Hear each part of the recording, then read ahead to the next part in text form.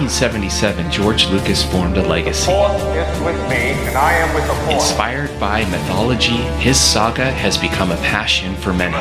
Feel the Force around you. His legend has become our story. It's true. All one of resistance. we are the spark that'll light the fire that'll burn the First Order down. Rebellion. Rebellion is built on hope. And redemption. I am a Jedi, like my father before me. This is Star Wars Reactions. Remember, the Force will be with you, always. Well, hello, everybody, and welcome to the 75th edition of Star Wars Reactions. That's right, we just turned 75, as in 75 episodes under the belt, in the can. We are going to have fun today. Thank you for joining us. My name is Aaron Harris, and joining me is my co-host. He is an incredible guy. He's quite awesome. He is the Anakin to my Ahsoka, the David Motters. David, brother, how's it going? Oh man, really good, really good. I'm excited to cover this with you. I'm ready to react, and there's a lot to cover here.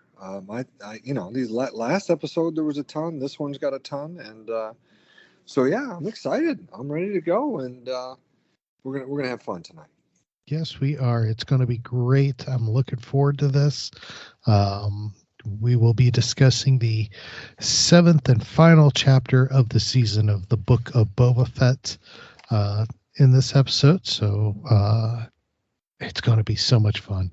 There was so much awesome stuff in that.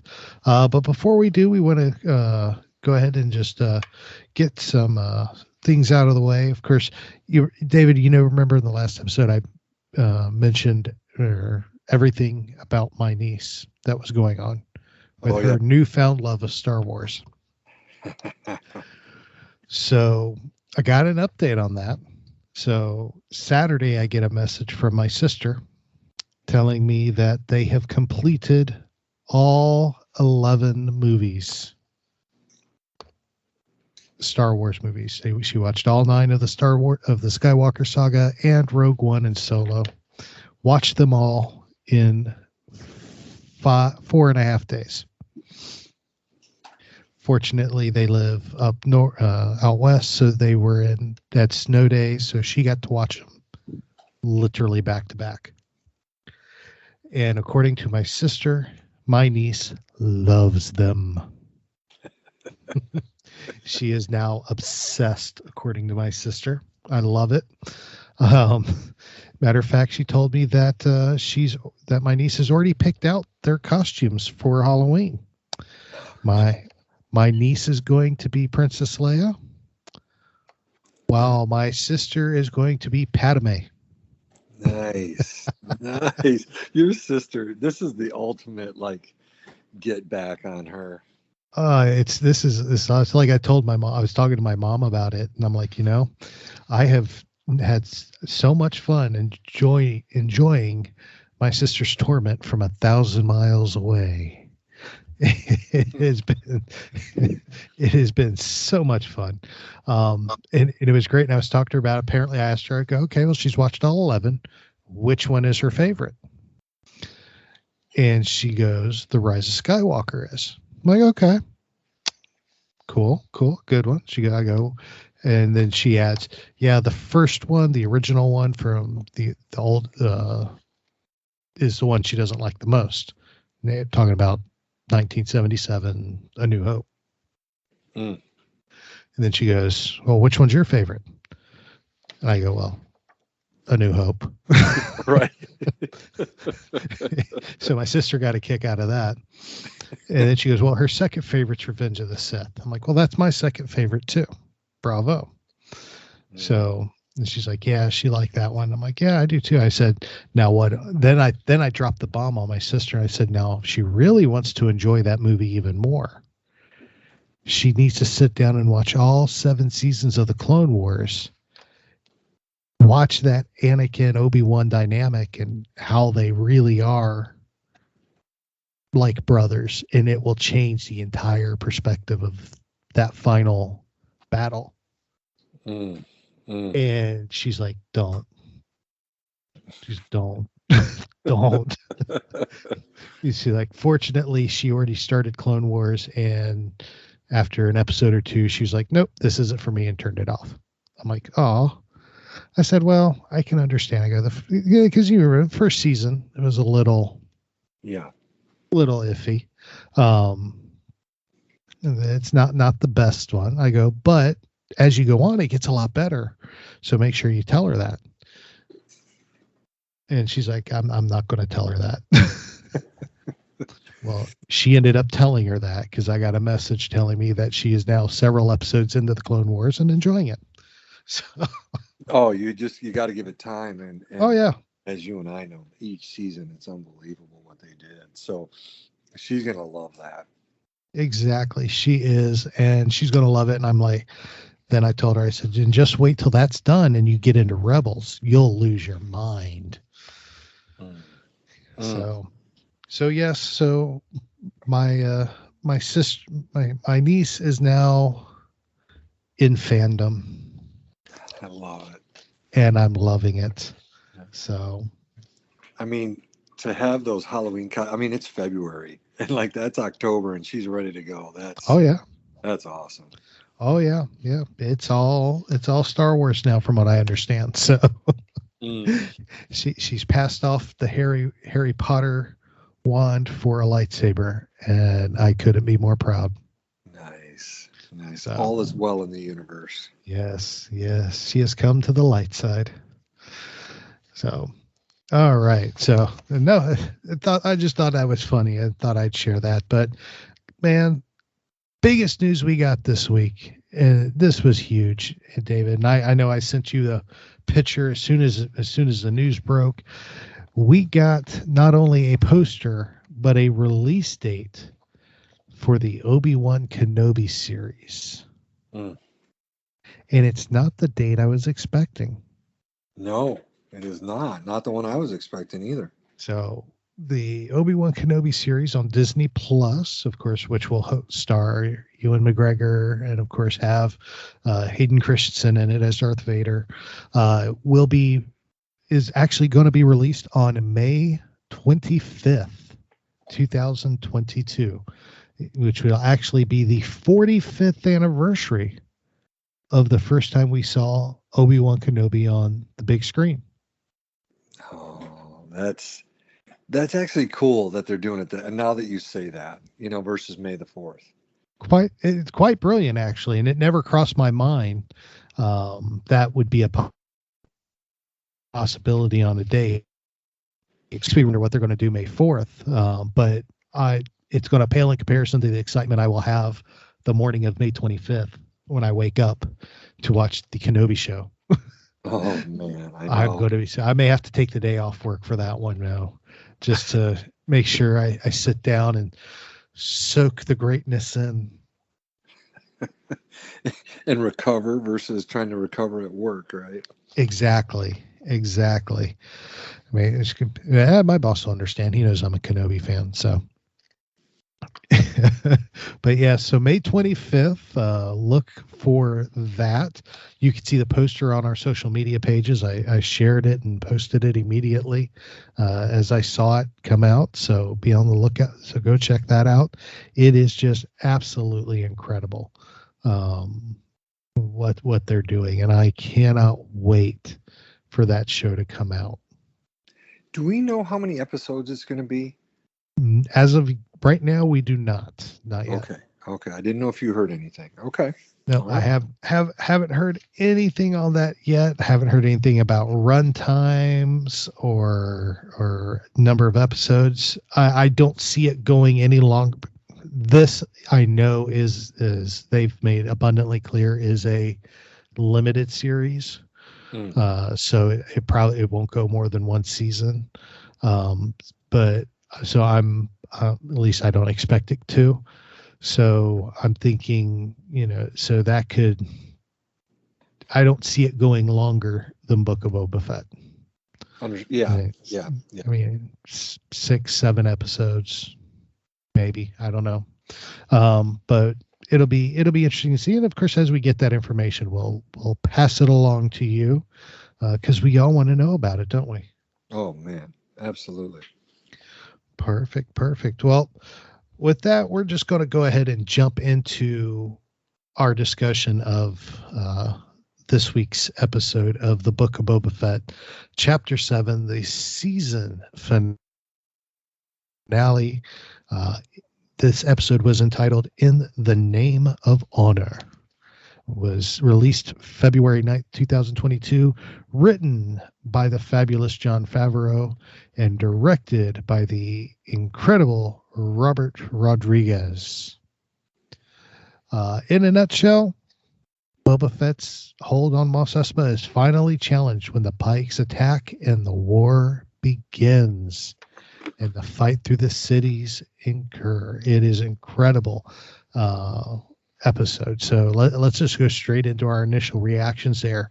Man, I loved this episode. It was incredible.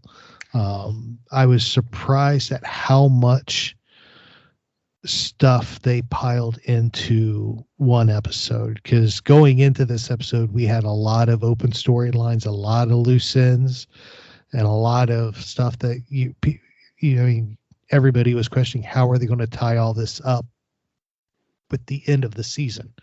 And they did, and they even tied up stuff I wasn't expecting, like with Grogu. It just all came out nice and neat and was just so much fun. Boba Fett riding on a Raincore. Oh my gosh, come on, man. How could you not like that? That was just, then when Grogu puts that Raincore to sleep at the end using the Force, man, this was just incredible. He went all Ezra on it. It was great. Then, of course, I do have to say Peli Motto is quickly becoming one of my favorite background characters in the saga. She just cracks me up, and she is just so funny and so incredible, and I love it. David, and this is going to be fun for us because normally when we record these episodes, you and I have normally already talked beforehand during the day via text about what we thought about the episode over the last 24 hours. We've done that, but we haven't done that at all with this finale. So we're hearing each other's reactions for the very first time, talking to each other. So I'm looking forward to this. David, what was your initial reaction when you finally got to sit down and watch Chapter 7 of the Book of Boba Fett? Yeah, no, it was wow. Just wow. You and I were hoping, most fans, I think, were, right? Who wasn't? That we would get Boba on a Raincore, and they did it. Just like, holy mackerel. And not just a little bit. I mean, we got it, and they really did it. I mean, Lucasfilm and ILM, it was unreal what they did there. I can't imagine how much money that cost. I mean, I think about the money per episode and how that really determines the length of an episode and what they can do. So I was so, just awestruck by what they did there and how good it looked. I kept looking at the Raincore, kept looking at Boba Fett on the Raincore, and I'm like, man, they're just, the movements, however they did that, Boba Fett's body moving with the Raincore, unreal. Also, nothing like a good old-fashioned Western shootout on steroids.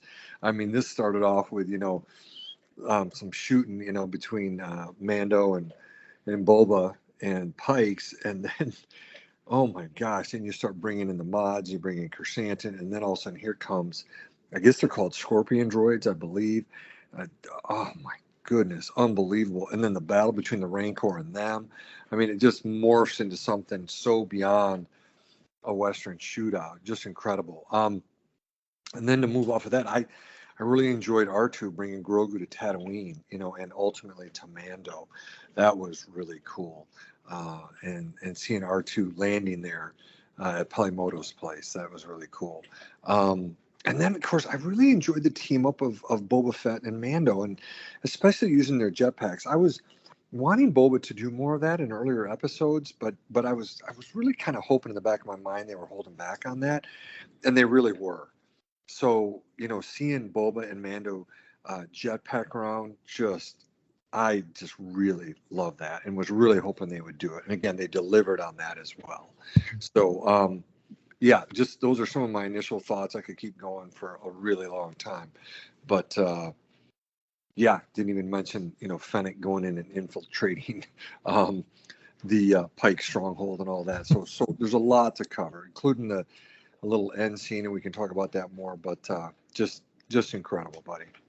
It really was. It was quite incredible episode, and of course, probably the as we go into our talking points, probably the biggest surprise for me in this episode was the fact that we got the closure from the cliffhanger from the last episode, with Grogu being left to decide whether he wanted the shirt or the lightsaber.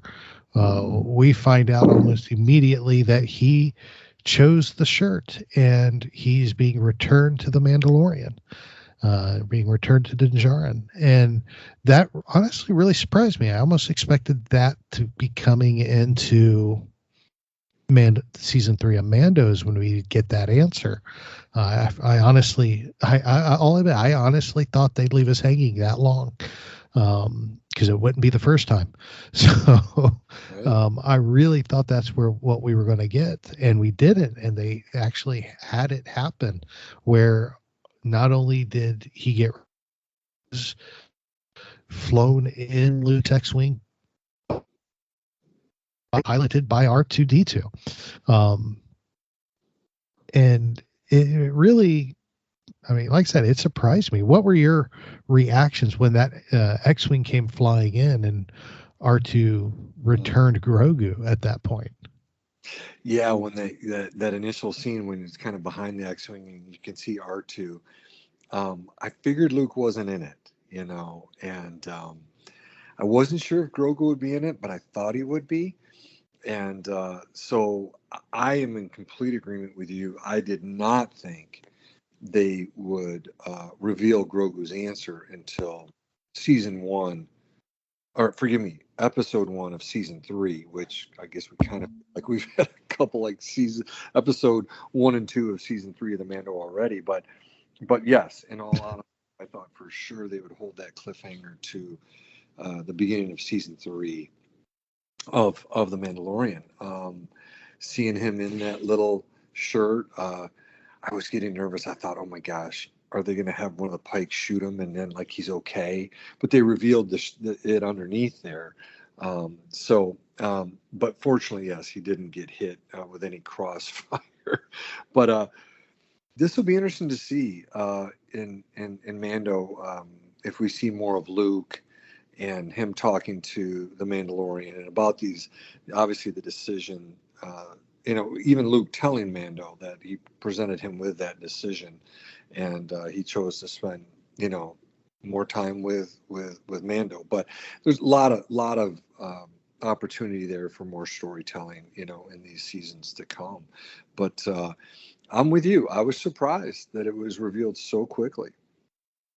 Yeah, and not only that was revealed quickly, that Grogu ended up playing a role in the story here. It wasn't just, a cameo. He actually played a role in the battle. He ended up saving Mando's life. He ended up, saving a lot of people's lives multiple times. He he actually used the Force powers that Luke had taught him and helped him remember, according to Luke.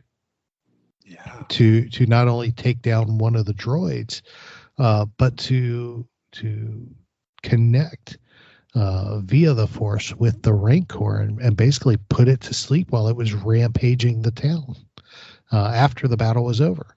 So it's he displayed skill that we started to see in the last episode when Luke was training him, but we're seeing it even more so in battle. What did you think of his Grogu's battle skills?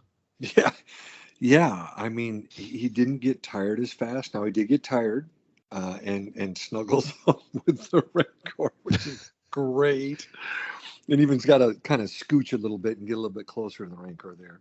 Um, so it was neat to see that, and him pulling that piece out of that scorpion droid. It's almost like he wanted another little ball, is what I was thinking. And and then when he calms Rancor, what I thought was going to happen is when Mando's up there, of course, has his head stuck inside the Rancor's mouth. I thought what we were going to see was Boba Fett fly over from his battle with Cad Bane, and that he would calm the Rancor because of, remember that scene a couple episodes ago, right? Yeah. Where the Rancor looks at him and bonds with him. So that's kind of what I thought would happen. But of course, Fett, I guess the way they wrote it was tied up with his own problems with Cad Bane. And they really allowed Grogu to come in here and play this role. It did remind me of when he picked up the Mudhorn. Now, obviously, he didn't calm the Mudhorn. He just held the Mudhorn up. But I like this development of Grogu's Force abilities, and am really interested, really curious to see how much more he can do. And then, of course, he's not with Luke, but with Mando. And I love what you said, buddy. Here is Grogu, whether he's with Luke or Mando, he's helping people. And like you said, he not only helped save Mando's life, but a ton of people in Mos Espa. Oh, absolutely. And I got to ask, and this is completely off the story. At any point, did you think he was still going to whip out Yoda's lightsaber and go place?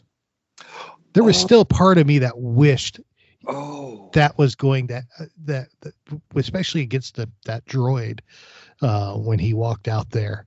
I almost half expected him to whip out, the little Yoda lightsaber and go flipping around. It's funny now that you say that. I think as soon as I saw the chainmail shirt, when Peli kind of pulled his, his little like potato sack outfit down, and I saw it, I did not think about Yoda's lightsaber at all, buddy. Honest to God. Okay, that's cool.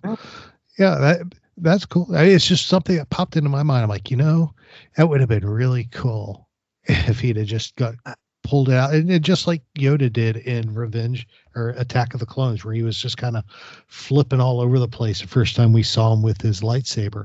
I almost thought that would be funny. Then at the end of it, just start waddling away like he does and fall down and get up and keep waddling. To me, that would have just been hysterical. But I like how they did it. I like that, buddy. Now. Boba and that Raincore, I know you mentioned it while you were talking a few moments ago. I loved seeing Fett ride that Raincore. It's literally this episode, and correct me right, this episode was like a kid playing with his toys. Oh my gosh! But it added so much story and depth because it showed his. Not only his connection to the Rancor, but his confidence that he could do it for sure. Because there was question about whether that would even be possible. Well, and it does harken back to the holiday special, right? Mm-hmm. And then even, I guess, Queel talking about, riding the great mythosaur, Mm-hmm. So it really does, pay homage to all that previous Star Wars lore. It really does. It really does. So, man, there's just so much in this episode. Of course, a lot of the battle is taking place all over Mos Espa, and we have the mods fighting for their lives. The people of Freetown, formerly known as Mos Pelgo, they show up and they're fighting for their town. And of course we have our new favorite Wookiee out there, fighting Trandoshans. Okay, I'm sorry. Why would you put the Wookiee in Trandoshan territory? Yeah, I don't know. That's a recipe for disaster right there. But maybe you got Black Chrysanthemum, so who cares, right? Yeah, I mean, yeah, Black Chrysanthemum. Why would you? Yeah, but he's already ripped the arms off of one Trandoshan. You know, Yeah. you logic would tell you, hey, you know what? They may want a little revenge on that. Yeah, absolutely. Yeah, that was a little interesting. Yeah, to put him there. Yeah. Yeah, that wasn't even our show notes. That just struck me as weird. I just had to say it. But one of the things we see in this is we saw Boba Fett broker a peace a couple episodes ago with the other leaders of crime lords in around Mos Espa. Mm-hmm. And we see them all go back on their deal and start fighting for the Pykes, which, Boba Fett's like, when it's all happening, Boba Fett's like, yeah, well, I could see why. I could see why they did it. It's good business. Okay. Right. But what were your thoughts when everybody finally turned and you saw all the mods get attacked? You saw Black Chrysanthemum get attacked. I just blanked on their names. Oh, you see the Aqualish turn on the mods, right? You see the two that were at the spaceport. Yeah, the Klatooinians turn on the Gomorian guards. That's it, the Gomorian guards. That I couldn't think of the word Gomorian guards to save my life. I could see them, but I couldn't think of what they were called to save my life. Good Lord, help me. Well, that's why I'm here, buddy. Oh man, that's why you're here, buddy. I appreciate it. Covering my butt. That's right. Carabast. So, but seeing all those turns, and of course we see the tragic deaths of the Gomorian guards as they're kind of driven off the cliff and fall to their death. At least we assume they die. It's Tatooine. Who knows? People on Tatooine, you think they're dead and they keep coming back. Fennec. I'm still waiting on Uncle Owen to walk in the room. That's right. But we see it happening. So I mean, which was pretty emotional. I mean, I actually felt really bad for those Gomorians. It was kind of heartbreaking. Them being forced back and just having nowhere to go except over a cliff. And then the Trandoshans just piling on Black Chrysanthemum, and the one got him in the back with a knife, and they're just literally, it's looks like somebody scored a goal at a soccer game with all the Trandoshans piling on them. It was really, really rough to see. How did you feel when the other families finally showed their true colors? Well, I had the feeling they would. It's like at that meal over the Raincore pit, they all said they would just say neutral. But you think about it in terms of storytelling, like I think about how, obviously, what's her face? Sophie Thatcher. Who does she play? She plays not Scad. Is it Scad? And I'm trying to remember. Maybe Scad or Thrash. Yeah. Drash, maybe Drash and Scad. And when she calls over and she says something's not right, I thought, yeah, here we go. They're all going to start turning. And I guess what I think about is how you start there, to build up tension. It's like, okay, here's like I'd mentioned, the Western on steroids. And so that starts it. Then you see, of course, Mando and Boba battling the Pykes, right? Doing that. Getting maybe the order mixed up. But then you see the story go even higher. Beyond these three groups in the Mos Espa area, you see the Pykes bring in, with all the money they've made off of spice, not one, but two these scorpion droids that, of course, completely remind me of the rollers, the droidica with the shield surrounding them, and it just keeps up in the ante. So, to answer your question, I feel like it was one step in multiple steps of up in the ante to make it feel like there's a legitimate threat. Mm-hmm. And like you said, Mando did say it was the smart move on their part, and Boba agreed with him. Yeah, I think it is. You're not expecting, if you're those three groups of people, for the people of Freetown to come and help. These three groups are thinking, no, we're gonna side with the Pykes. We're gonna keep this going. Boba Fett and Fennec Shand aren't gonna have enough to overtake, because they I'm sure those three groups already know the kind of firepower the Pykes have. Yeah. So, yeah. But like I said, I felt like it was one step, a needed step to build up tension, and that there's a real threat and a real chance of the good guys being hurt. It really added more tension to the story, more drama, more risk to our heroes, per se. So. All right. Well, we're going to take a quick break. Welcome back, everybody. Aaron and David here. We are talking the Book of Boba Fett, Chapter 7. Let's talk about probably the biggest scene in the episode. And that, of course, is the one-on-one showdown between Boba Fett and Cad Bane.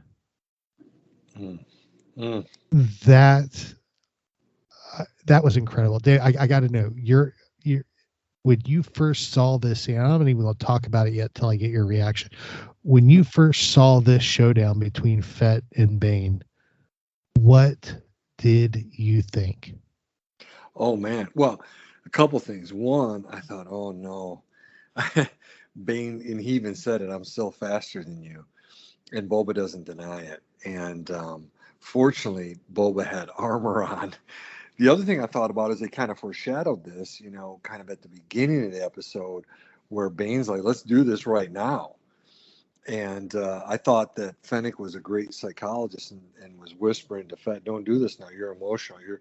You're not going to be able to, it's going to be hard enough to do it when you're not emotional.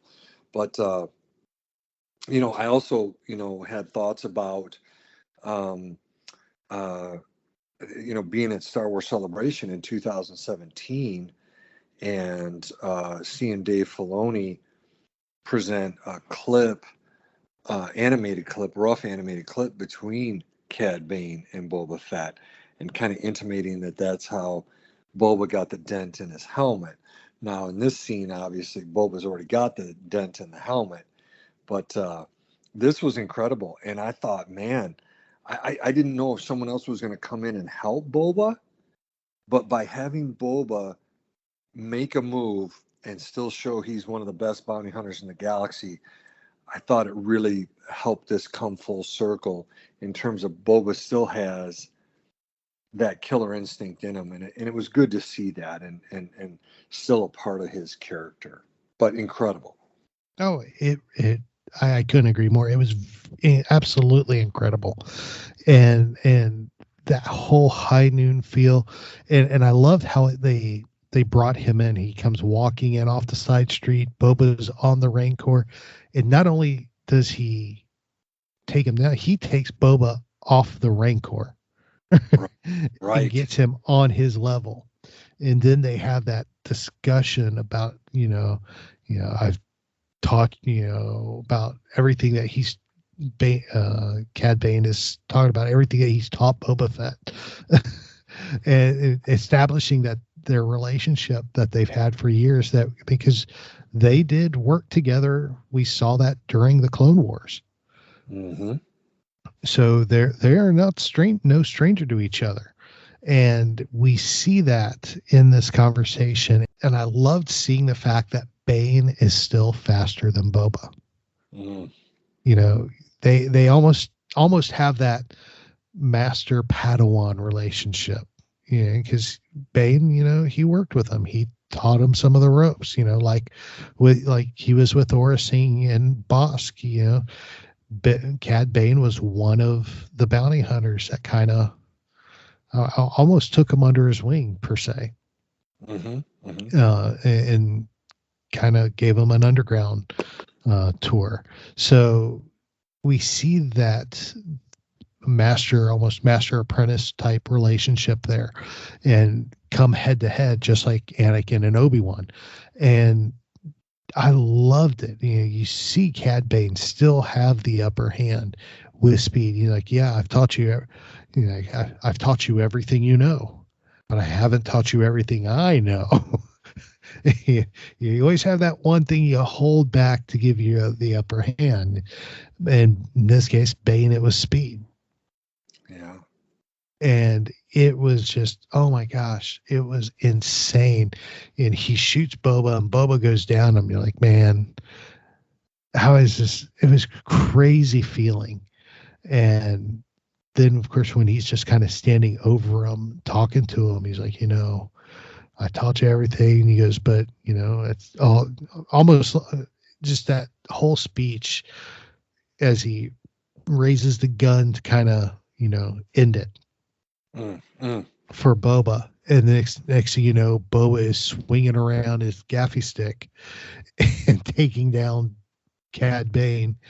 And I will say this, the Boba Fett character that we have seen over the last this was episode 7, over the last 6 episodes, I did not expect him to kill Cad Bane.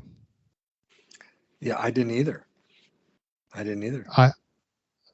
It caught me completely off guard. I expected Fett to win the fight, but I also expected Boba Fett to, be the merciful one and just kind of let him go.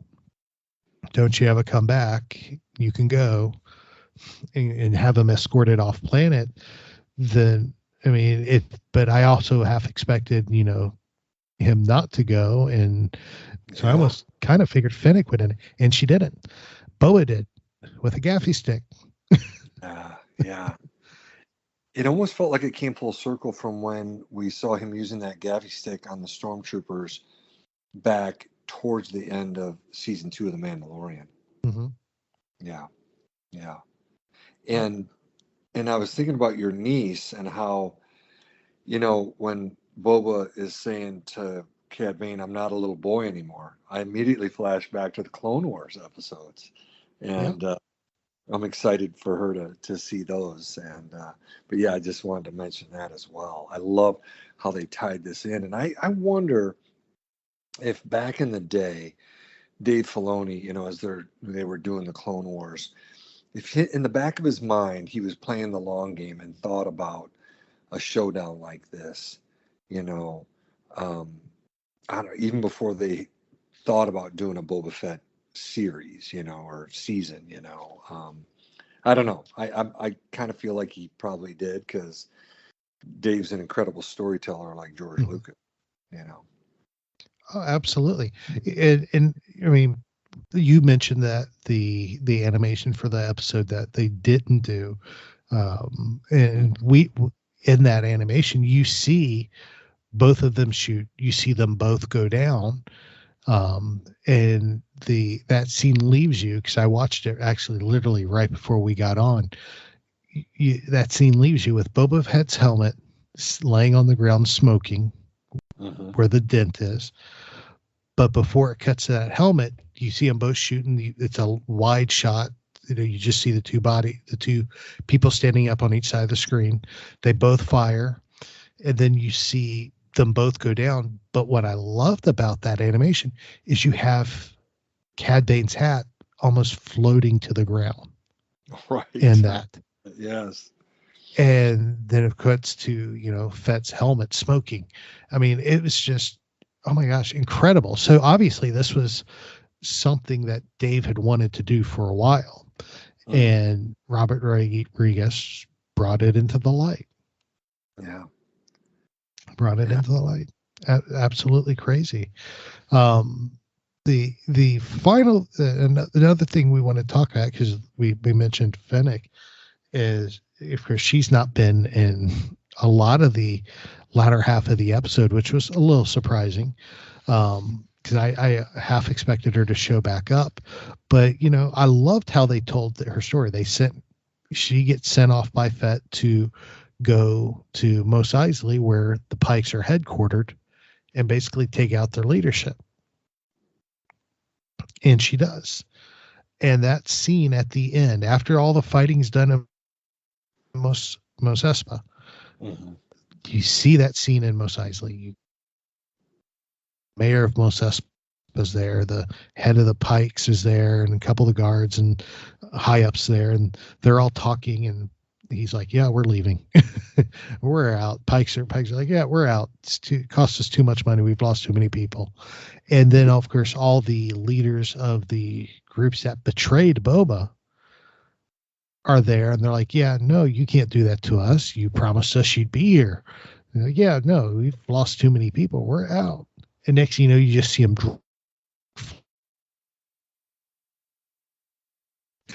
as Finnick is just firing and taking them out one by one, and she hangs the mayor in the middle of the room. It is, it's just a intense and crazy scene, and you're sitting there, it's all happening, and you're like, yeah, you're getting what you deserve. Oh yeah.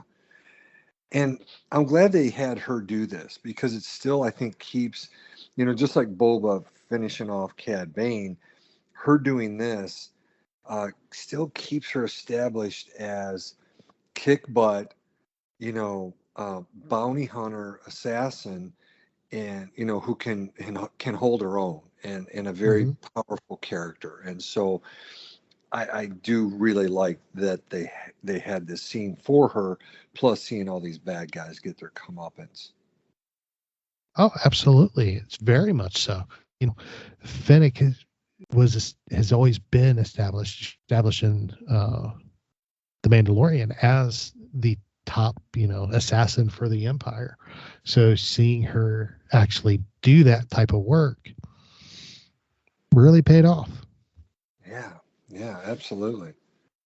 Yeah, really paid off. So, all right. The last thing we need to talk about, of course, is the very brief post-credit scene where we have the guy who does all the modding standing over the back of the tank with the body in it, and as he's getting ready to do some work, and that's pretty much how it ends.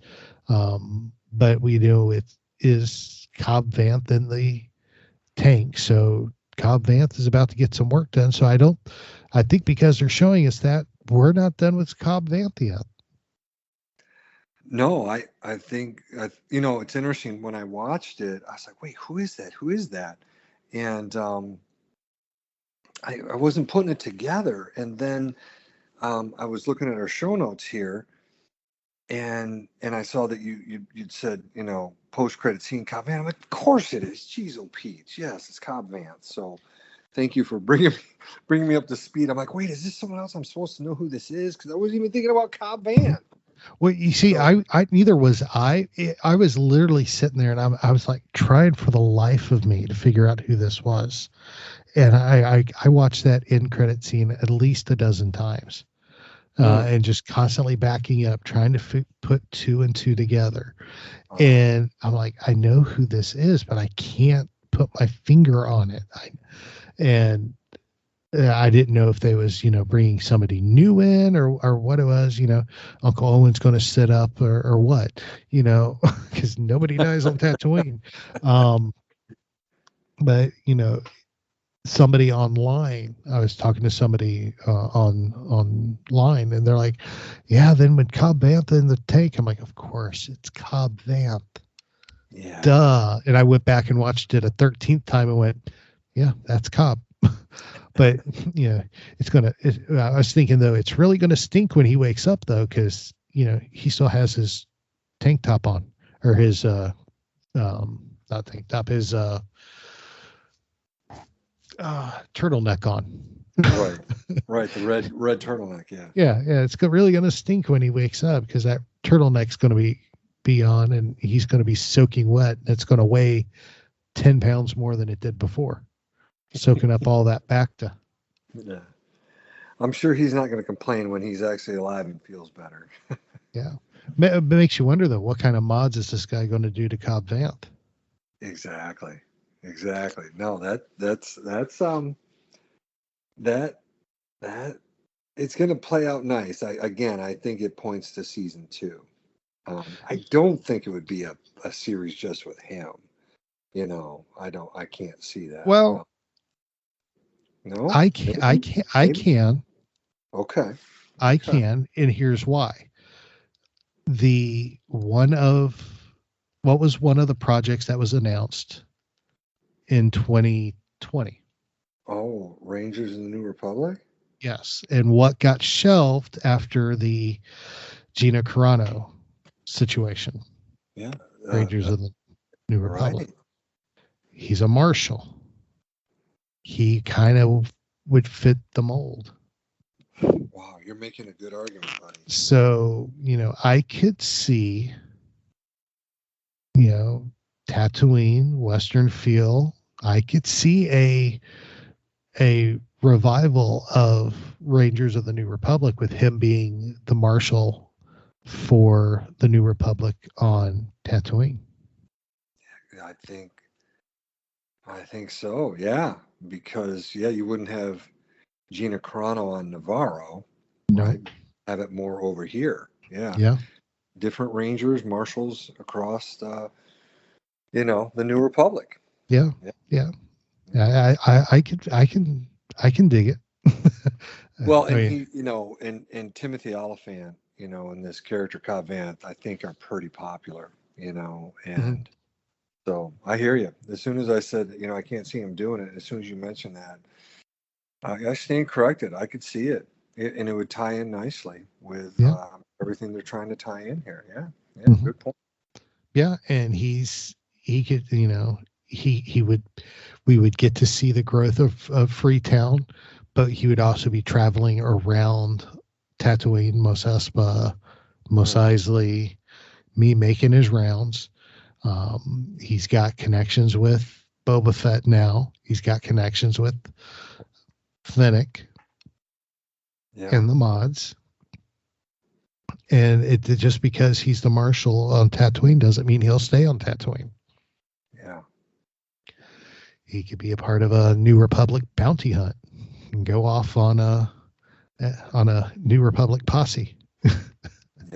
Per se.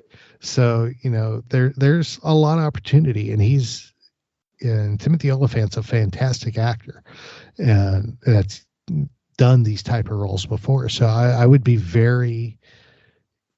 I wouldn't be surprised if that's where this goes. And for the record, I'm not saying it's going that way. I have no inside information. This was just 100% pure speculation, which I hate speculating on the show because that's how rumors get started. But it was just something I had to get off my chest because that's, you leave us with that type of end scene, people are going to speculate. Oh, sure. So and talk and get excited about it. Exactly. But I'm not going to riot and burn it down if my idea is not correct. All right. Exactly. Yeah. So anything we missed that you want to talk about before we go into our final thoughts, David? Yes. Just one quick little thing. People probably know this. Our listeners probably already know it, but I thought I would point it out that the name change from Mos Pelgo to Freetown, I think we believe, is based on the trilogy, the Aftermath trilogy, in which Cobb Vanth is in Freetown in those novels. Mm-hmm. So just a kind of a side note there. I recognize that, as soon as they mentioned that, what was it, in the last episode? Yeah. Yes. When the bartender mentioned that, Freetown. Yeah. So I didn't mention it last week, but I want to make sure I got that in. So there you go. Cool. Very good. All right. Well, with that, we'll wrap up our discussion and go into our final thoughts. David, why don't you go ahead and kick us off with your final thoughts? Yeah, this was an excellent story. I really appreciated how they tied in the characters from The Mandalorian, how they did that with Mando, Grogu, Peli Motto, Ahsoka, and Luke Skywalker. Um, I, I mean, wow. And I mean, and Aaron and I talked about this a bit. You're kind of like, well, wait, is this the Book of Boba Fett, or is this really Mandalorian season 2 or season 3? Forgive me, or continuation of season 2 of the Mandalorian? But it's not, and it just really pulled together nicely. And I think, Aaron and I hinted at this or talked about it last episode, which is they really are starting this process of melding these different series into one large overarching story. And again, Kathleen Kennedy mentioned this back in December of 2020, that's what they were going to do. And you can really see it here, starting with the Book of Boba Fett. And so I thought that was just really, really well done how they did that. Not easy to do, but I really think they did a nice job with it. I just, I really enjoyed these episodes. I enjoyed Tamara Morrison, Ming-Na Wen. Gosh, the scenes at Jabba's palace, getting the Slave One back, right? The fire spray gunship, seeing more of the not just Rancors, but the Sarlacc pit.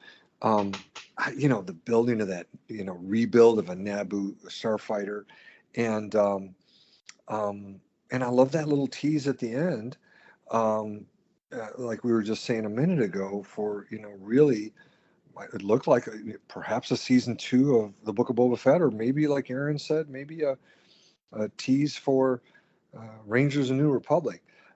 But one other thing I wanted to mention was at the end there, when Grogu is to see both of them in the ship, and and he's tapping on it, and just like a little kid.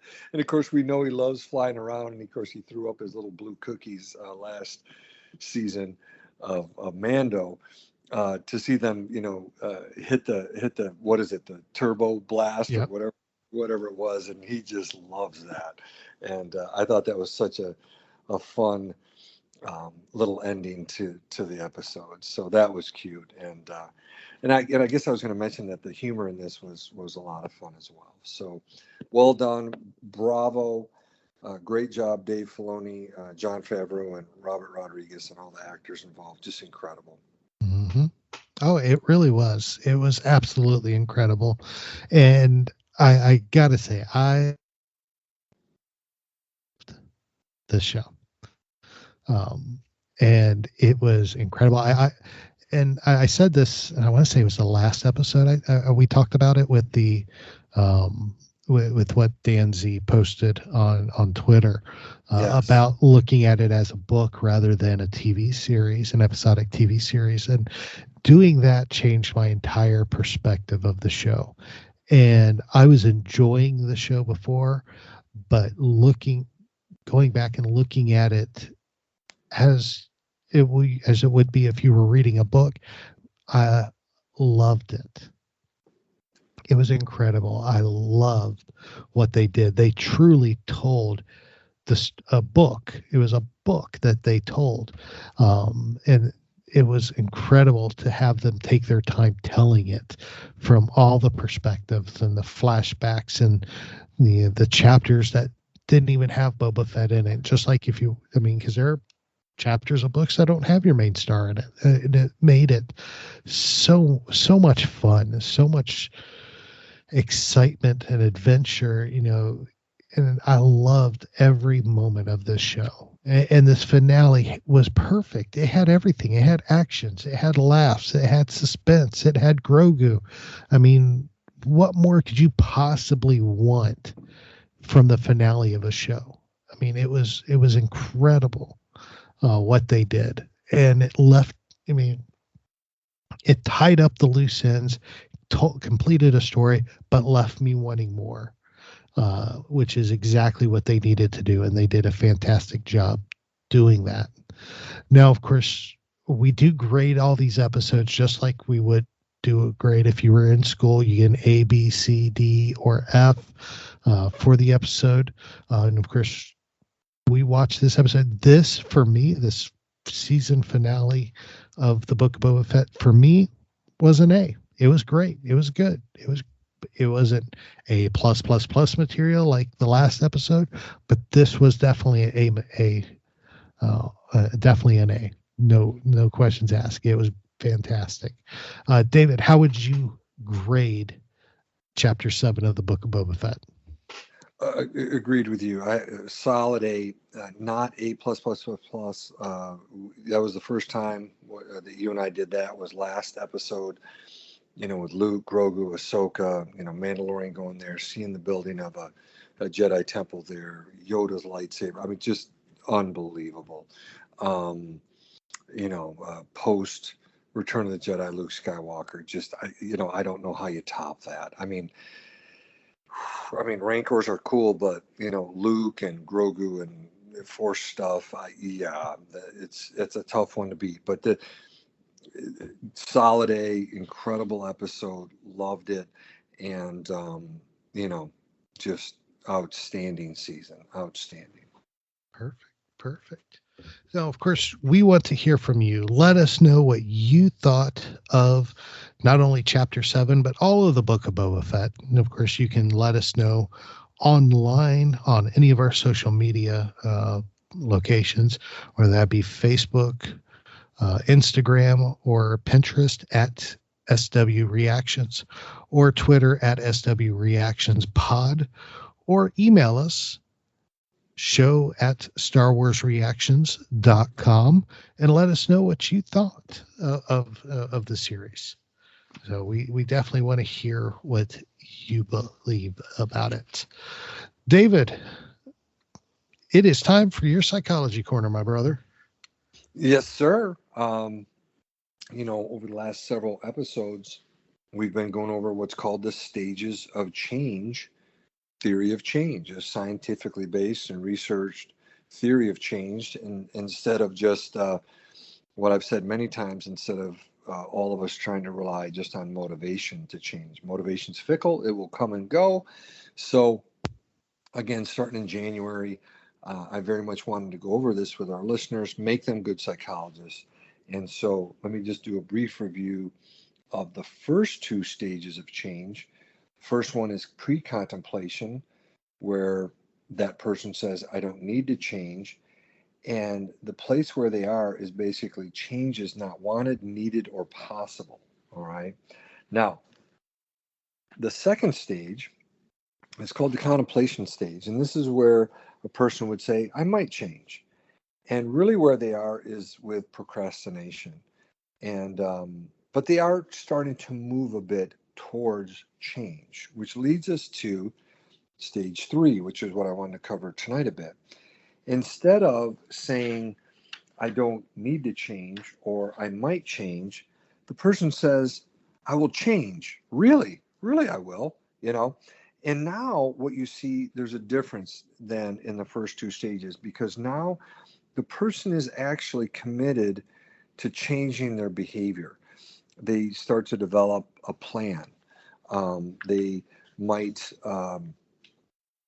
join a gym, join a various class to help them work on whatever it is that they want to change. They might even, if again, going back to a gym, they might even go a step further and hire a personal trainer and get going on changing their body. So again, you can start to see the person slowly but surely moving towards what we're going to cover next week, which is the action stage. That's where there is commitment to changing on a consistent basis. So again, giving you a little bit each time. This one again is the preparation stage. This is where they're starting to prepare and move towards consistent change. Okay, so we'll keep going with a few more stages and bring it all together in a few episodes and kind of give people an overarching view at that time. But again, just want people to keep these things in mind and just know that they can go through these particular stages and ultimately get to the change that they want. Again, instead of relying on New Year's Eve resolutions and motivation. Very good. Very good. Perfect. And if somebody has questions for you about your Psychology Corner or about Star Wars in general, how would they go about talking to you about that?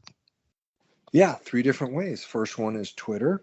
That is at David_Modders, Modders. As I've said over the last several weeks, there is an S at the end. Another way is through email. If someone wants to write something in a longer form, mine is david@starwarsreactions.com. And then the third place would be Instagram, and just simply type in David Modders and I'll pop up. Very good. Very good. And of course, if you do want to talk Star Wars with me, the best place to do that is on Twitter at TAHarris121079.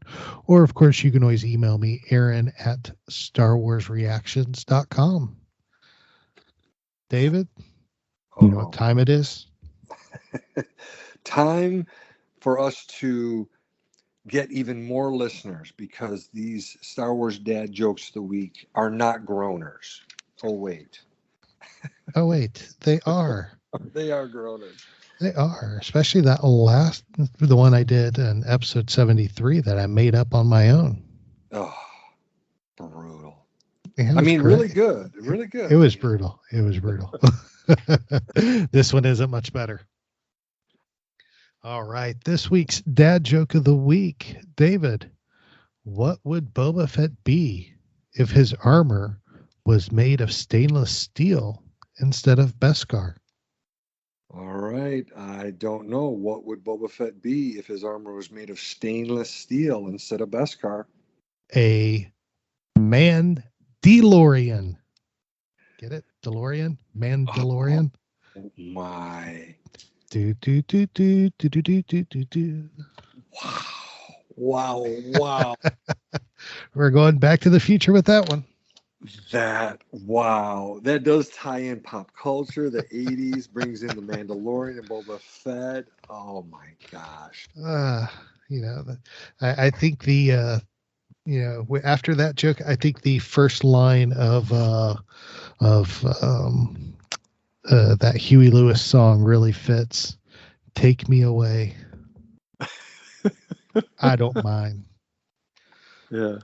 So well, wow. I sometimes. Where are you getting? I guess I don't want to know. There's this wonderful thing, David, that you can open up your computer and you can click a button and it takes you to this wonderful world of internet. And if you go to the world of Google and just type in dad jokes, Star Wars, there's a whole world out there.